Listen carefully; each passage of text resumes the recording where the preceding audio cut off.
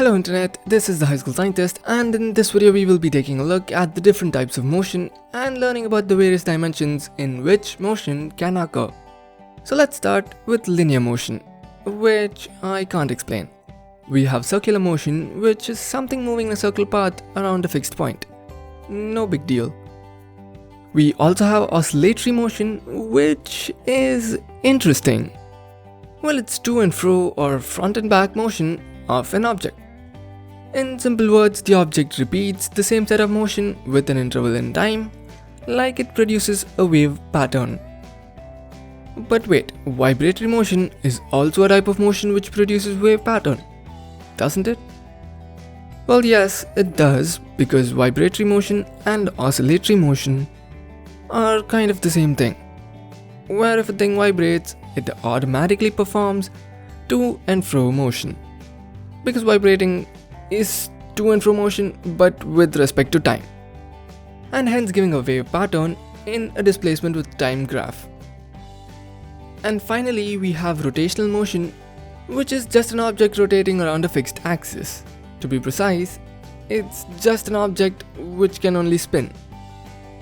But it's a little bit different. Okay, now just take a look at one tiny particle in this object.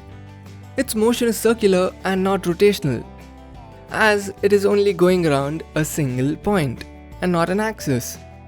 By the way, this is true for all the particles in that object. Well, except the ones which lie exactly on the axis. So even though the entire object is performing rotational motion, the particles which make up this object are performing circular motion. Okay, so what does this mean? Absolutely nothing. I'm just saying this because it might give you a new perspective about the concept of motion. How a group of particles performing one particular motion can look like an object performing a completely different kind of motion. So yeah, that's all about circular and rotational motion. Now let's take a look at the dimensions in which the motion occurs. Like when I talk about movement in one dimension, it means that I'm talking about an object which can only move either front or back. There are no zigzags or curves involved, just front or back. But when I talk about two-dimensional motion, I'm referring to something which is utilizing two axes to move around. For example, zigzag motion or circular motion. Like what I'm trying to say is that it would require two dimensions to describe the motion of this object. And the same goes for three-dimensional motion, where someone requires at least three dimensions to explain the movement of an object. Now that you understand these topics, I guess you can also form your own examples about the three dimensions of motion.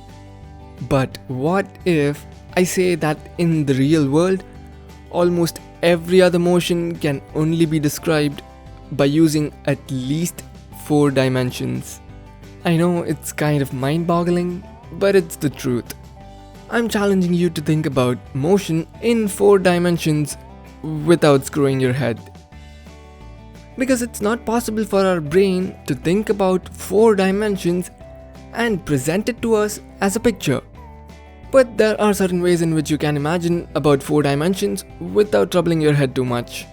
I would love to hear it from you guys. Yes, you the viewer who's watching this video, just try to think about 4-dimensional motion. I know it's kind of hard for an 11th grade student to think about such absurd reality, but I'm just asking you to try. And for the people who like to keep their brains as calm as possible, I have explained it in the description below. But before looking at the description right away, just try messing around with the idea of 4 dimensions. It would really help you get creative. So with that said, I guess it's time to end this video, but if you like to learn something extra, then I got you covered. Just click on one of these boxes and enjoy learning. If you like this video, hit the like button. If you love this video, hit the subscribe button. This is the High School Scientist, signing off.